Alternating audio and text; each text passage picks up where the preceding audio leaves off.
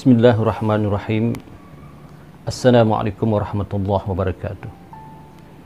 Alhamdulillah wa syukurillah wassalatu wassalamu ala rasulillah wa ala alihi wa sahbihi wa man tabi'ahu wa wala. Allahumma salli ala sayyidina wa nabiyyina Muhammad wa ala alihi wa sahbihi ajma'in. Amma ba'd. Alhamdulillah, banyak-banyak bersyukur kita kepada Allah Subhanahu wa ta'ala, kerana dengan izinnya, dengan limpah dan kurnianya, maka saya dan para penonton sekalian masih lagi diberi kesempatan, diberi ruang dan peluang untuk bernapas di atas muka bumi ini, yang mana setiap dari kita satu masa nanti, satu ketika nanti akan tidak boleh bernapas, tuan-tuan. Saya dan para penonton sekalian, satu masa nanti, satu ketika nanti akan tidak boleh bernapas lagi di dunia ini. Bermakna kita telah meninggalkan dunia ini buat selama-lamanya.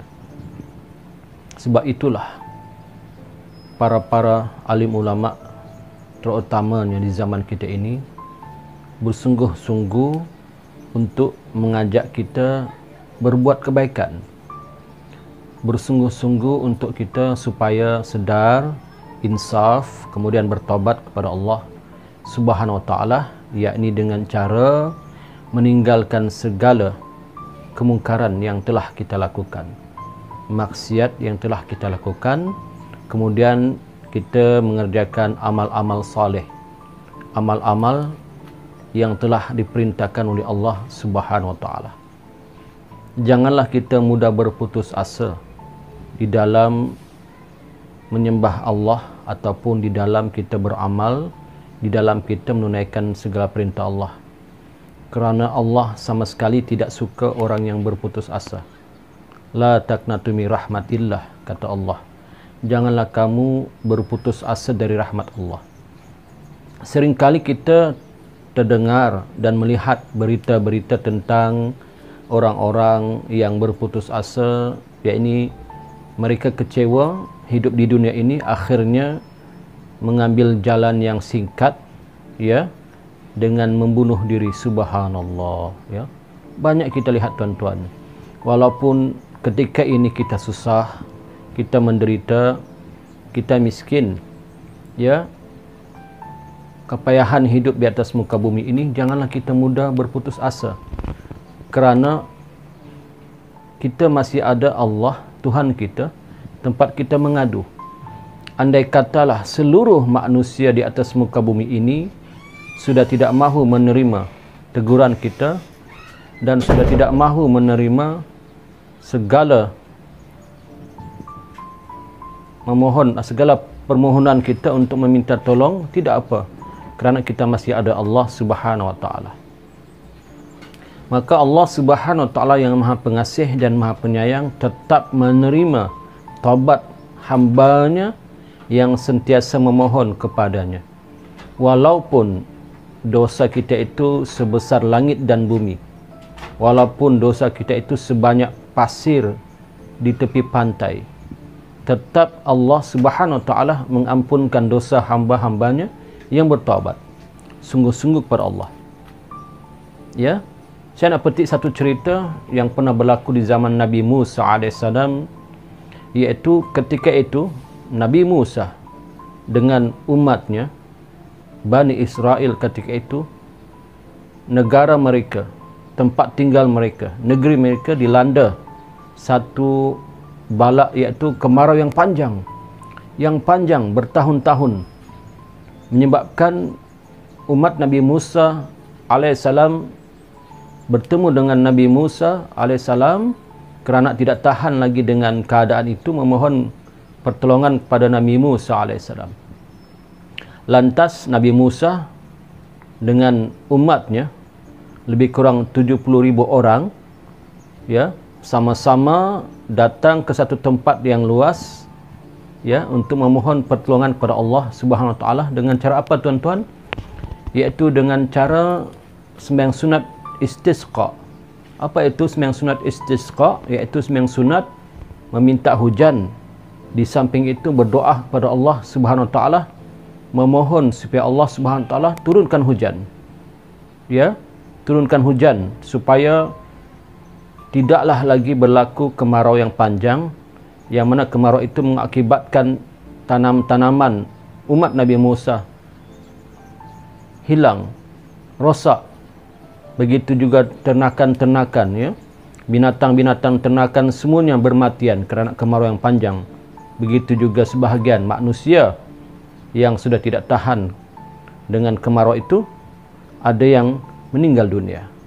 Maka Nabi Musa bersama dengan umatnya 70.000 orang datang ke satu tempat yang luas, memohon kepada Allah Subhanahu wa taala supaya Allah menurunkan hujan. Maka selesai Nabi Musa dan umatnya menunaikan salat sunat istisqa, kemudian berdoa kepada Allah, memohon hujan, tetapi malangnya hujan tak turun-turun. Hujan tak turun juga, tuan-tuan. Subhanallah. Sedangkan Nabi, kita sedia maklum bahawa Nabi Musa AS ini adalah seorang Nabi kalimullah, yang boleh berkata-kata langsung dengan Allah Subhanahu wa taala, ya, yang boleh berbicara terus kepada Allah Subhanahu wa taala. Maka lantas daripada itu, Nabi Musa AS pun bertanya kepada Allah, "Ya Allah, ya Tuhanku, sesungguhnya Engkau sering menerima doaku, tetapi mengapa kali ini tidak?"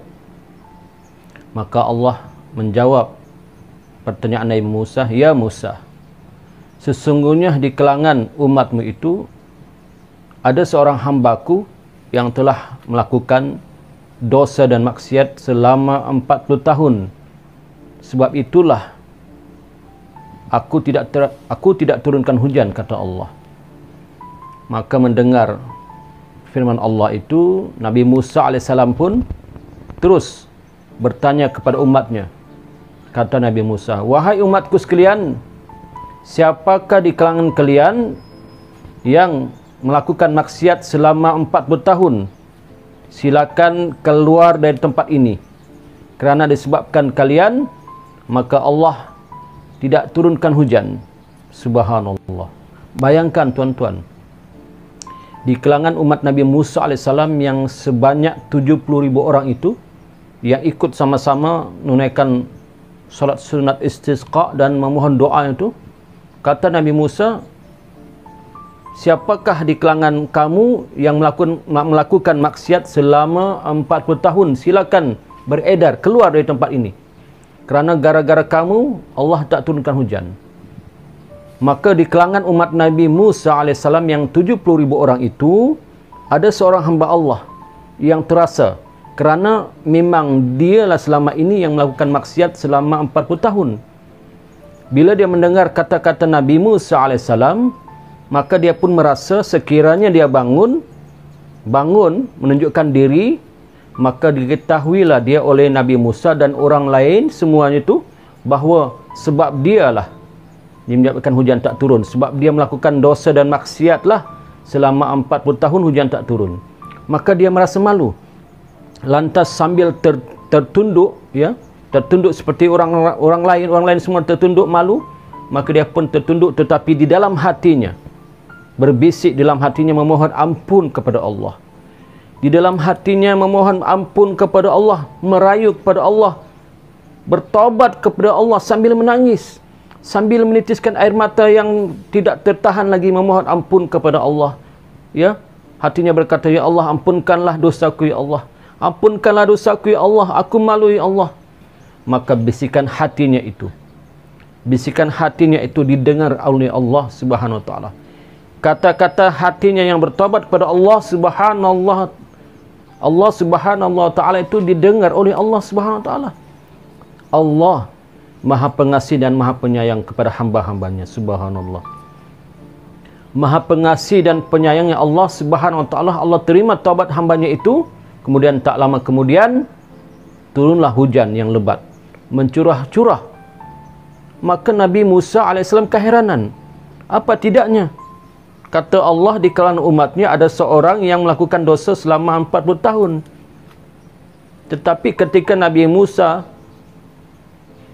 menyuruh orang itu keluar, tidak ada seorang pun yang bangun untuk keluar ataupun menunjukkan diri. Tetapi tiba-tiba Allah turunkan hujan. Maka Nabi Musa AS pun bertanya kepada Allah, Ya Allah, apakah yang telah berlaku? Kenapa hujan turun? Maka Allah berfirman, Ya Musa, sesungguhnya hambaku itu telah bertobat kepadaku dan aku menerima taubatnya. Subhanallah. Maka Nabi Musa AS pun meminta izin kepada Allah, Ya Allah, bolehkah aku mengetahui ataupun melihat siapakah di kalangan umatku yang melakukan maksiat itu? Maka Allah Subhanahu wa taala, Allah ini adalah Tuhan kita yang Maha Pengasih dan Maha Penyayang kepada hamba-hambanya.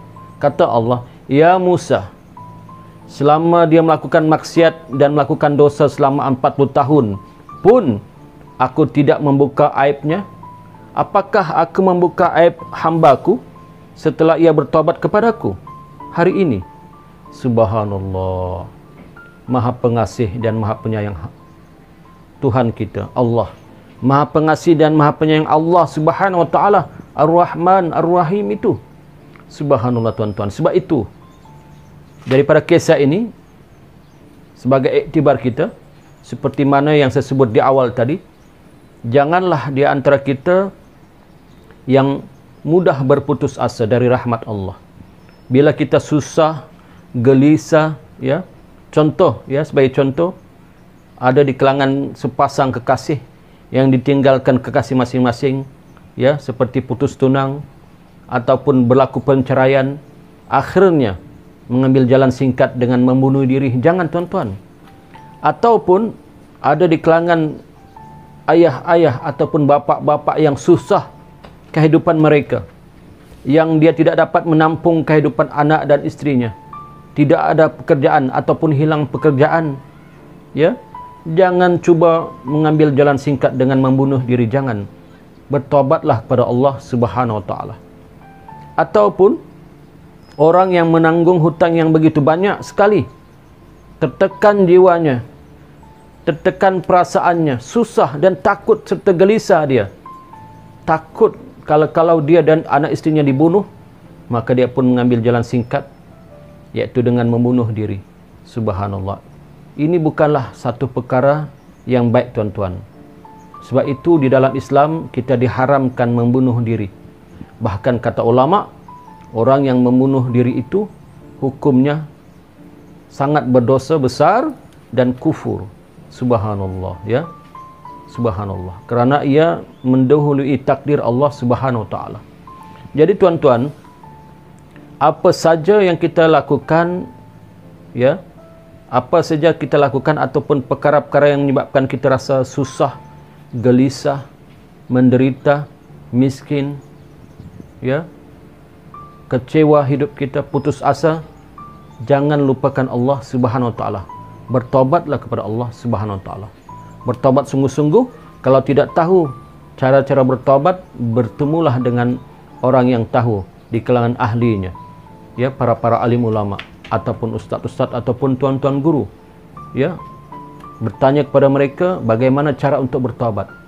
Kerana orang yang bertobat ini insya-Allah Allah akan murahkan rezekinya. Pernah berlaku di zaman seorang tabi'in yang bernama Hasan Al-Basri, ya, seorang ulama besar, Hasan Al-Basri. Ada di kalangan penduduk yang tinggal ataupun yang mengenali Imam Hasan Al-Basri, bertemu dengan Imam Hasan Al-Basri. Katanya, wahai Imam, tolonglah, sesungguhnya aku miskin, aku susah, bantulah aku. Apakah jalan untuk aku supaya tidak susah dan miskin ini, menderita ini? Apa kata Imam Hasan Al-Basri? Katanya, istighfarlah kepada Allah. Istighfarlah kepada Allah. Istighfar itu artinya memohon ampunlah kepada Allah, ya. Kemudian datang lagi seorang yang lain, wahai Imam Hasan Al-Basri, aku sudah lama menjadi bujang, tak dapat kahwin, dah banyak wanita-wanita yang aku jumpa semua tidak setuju dengan diriku kerana melihatkan wajahku yang hodoh ini. Apakah yang harus aku lakukan? Bantulah aku. Apa kata Imam Hasan Al-Basri? Istighfarlah, bertobatlah kepada Allah, ya. Istighfar, memohon ampun kepada Allah. kemudian datang lagi yang lain, dan datang lagi yang lain, masing-masing menceritakan masalah masing-masing. Apa jawapan Imam Hasan Al-Basri? Sama juga tuan-tuan, bertobatlah kepada Allah, istighfarlah, memohon ampun kepada Allah. Kerana orang yang melazimi taubat, insya-Allah Allah Subhanahu wa taala akan memurahkan rezekinya, mengampunkan dosanya, memuliakan dirinya, bahkan mententramkan hatinya. Iaitu hati orang yang gelisah, yang tidak tentram, yang susah, kembali kepada Allah. Kembalilah kepada Allah dengan cara memohon ampun kepada Allah, yakni bertaubat dan beristighfar kepada Allah sungguh-sungguh. Insya-Allah kita akan selamat di dunia dan di akhirat. Mudah-mudahan apa yang diceritakan kali ini dapat memberi manfaat terutama pada diri saya sendiri dan juga kepada para penonton sekalian. Ambillah sisi positifnya, ya, sesungguhnya yang benar itu datang daripada Allah Subhanahu wa taala, dan yang salah dan silap itu tentulah datang daripada kelemahan hawa nafsu saya sendiri. Saya mohon ampun dan maaf. Aqulu qouli hadza wa astaghfirullahi wa lakum lisairil muslimin wal muslimat fastaghfiru innahu wal ghafurur rahim. Assalamualaikum warahmatullahi wabarakatuh. Bertemu lagi.